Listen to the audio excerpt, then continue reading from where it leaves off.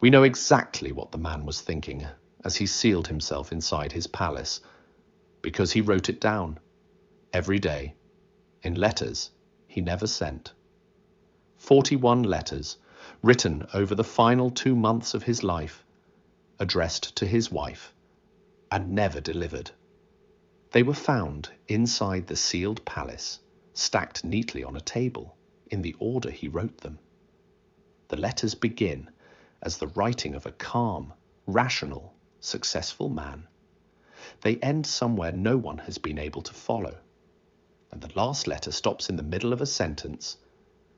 The man was Lorenzo Falier, a wealthy glass merchant, and in 1631 he was one of the richest men in his city. His early letters, written as his new palace was completed in 1634, are ordinary.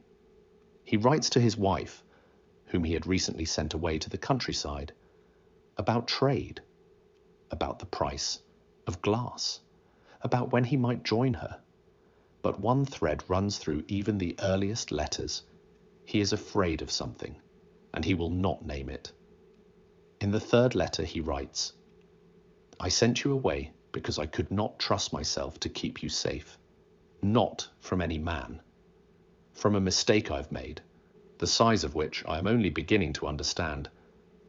Do not come back until I send for you. I may not send for you. He never explains the mistake, but every letter that follows circles around it. Weeks later, the tone shifts. Falier has stopped writing about business entirely. He writes only at night now, noting the hour at the top of each page. 2 in the morning, 3, 4. He has stopped sleeping. He says so plainly. When he closes his eyes, he writes. He hears the palace settling around him. And he has become convinced the sounds are not random. I am a rational man, he writes. I built a fortune on seeing things as they are, not as fear paints them. So, understand I do not write this lightly. Something is wrong with this house. Or something is wrong with me. I have spent a month trying to determine which, and I can no longer tell the difference. That sentence, I can no longer tell the difference, repeats through the rest of the letters. Then something happened that Falier recorded in a single shaking entry. One morning, he writes, he found that a section of brick he had laid the previous night, sealing a small window on the ground floor, had been removed. The bricks were stacked neatly on the floor beside the opening. The mortar, which should have set overnight, was scraped clean. He was alone in the palace. Every door already sealed. No one had entered. He does not offer an explanation. He writes only one line about it. I rebuilt the wall. This time I did not sleep until it was dry.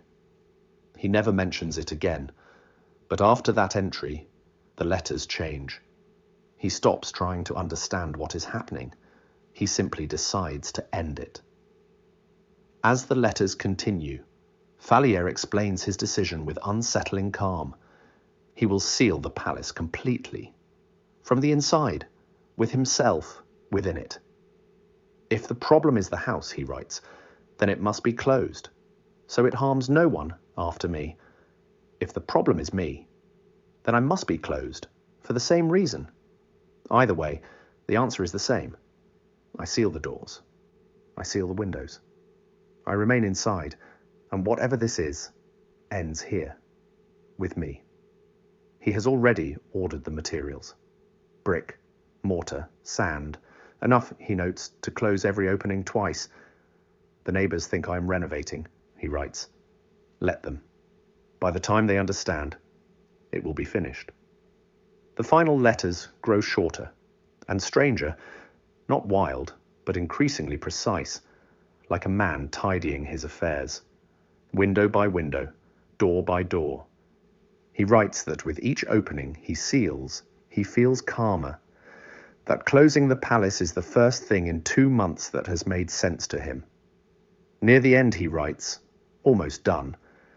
One door remains. After tomorrow there is no way out, and I find I want it that way. I have made certain this ends with me. That is the only thing in 2 months I am proud of. The 40th letter is 4 words. The last door tomorrow. The 41st was written the next day, and it stops, without warning, in the middle of a sentence. What it says, and what was found when the palace was finally opened 3 weeks later, is where this story stops making sense. The 41st letter is the longest Lorenzo Falier ever wrote. For most of it, he sounds better, clearer. He writes that the palace is finally sealed, that the silence is complete, and that for the first time in 2 months he can think. Then, near the end, the handwriting changes. Not wildly, just faster. The careful merchant's hand he kept through 40 letters begins to slip, and he writes one final passage that has never been explained. I was wrong about the cause. I understand it now.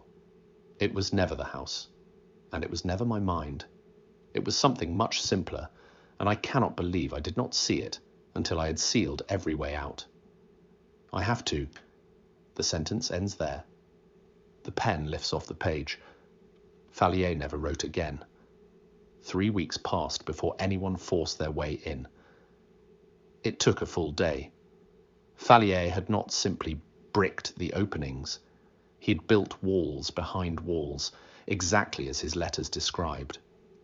The men who broke through said the work was the work of a calm and careful man. Every wall level, every joint clean. When they finally reached the central room, the windowless room where the letters were stacked, they expected to find his body. The room was empty. The letters were there, neatly arranged. His bed, made. His pen resting beside the unfinished 41st letter. Lorenzo Falier was not there. This is the part that has never been explained. The palace was sealed from the inside. Every opening bricked over by Falier's own hand, confirmed by the officials who had to break through every one of them from the outside to get in. There was no exit. The men who entered had to make the only opening that existed, and the man who sealed himself in was gone. No body, no remains, no sign of how a living man left a stone box with no way out. They searched for days. They broke through every interior wall. They sounded the floors for hidden cellars and found none. They examined the canal foundations. Nothing. A wealthy, famous, physically real man had walled himself into a sealed palace and was simply not inside it when they opened it. The official who led the investigation left a report that survives in the city archive. He was not a superstitious man. His report is dry and factual. Walls, materials, measurements. He records the letters. He notes the absence of the body without speculation. But, at the very end, he allows himself one observation. The final letter troubled him more than the empty room, because Falier, in his last lines, sounds like a man who has solved a problem, not one who has surrendered to it. He writes as though he has finally understood something. And then he acts on it, immediately, mid-sentence. The investigator's closing line is the only sentence in the report that is not a statement of fact. He wrote, "I would give a great deal to know what this man realized in his final moments. He sealed every door to keep something contained. And then, it seems, he found the one way out that no wall could close." The palace still stands. The central room was sealed again after the investigation, and according to the building's records, has not been opened since. The 41 letters were archived. The case was closed as unresolved. Lorenzo Falier was never found. Not his body, not a single trace. He was declared dead 7 years later, so his fortune could pass to his wife and children, who never returned and never spoke of what had happened. We know what Falier believed. We know he became convinced something had to be sealed away, and that he could not decide, to the very end, whether that something was in the house or in himself. We know he closed the palace so completely it took trained men a full day to undo it. And we know that in his final letter, he stopped being afraid.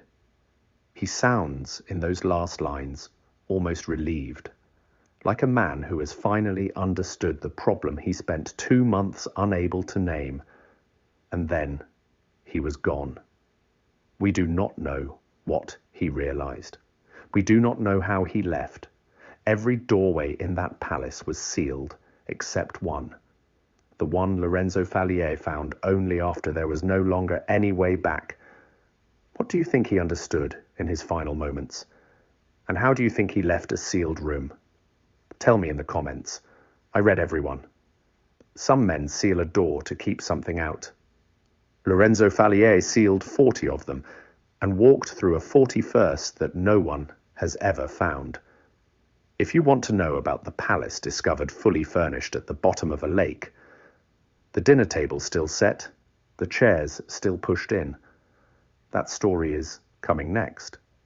Subscribe, and I will see you there. One final thing.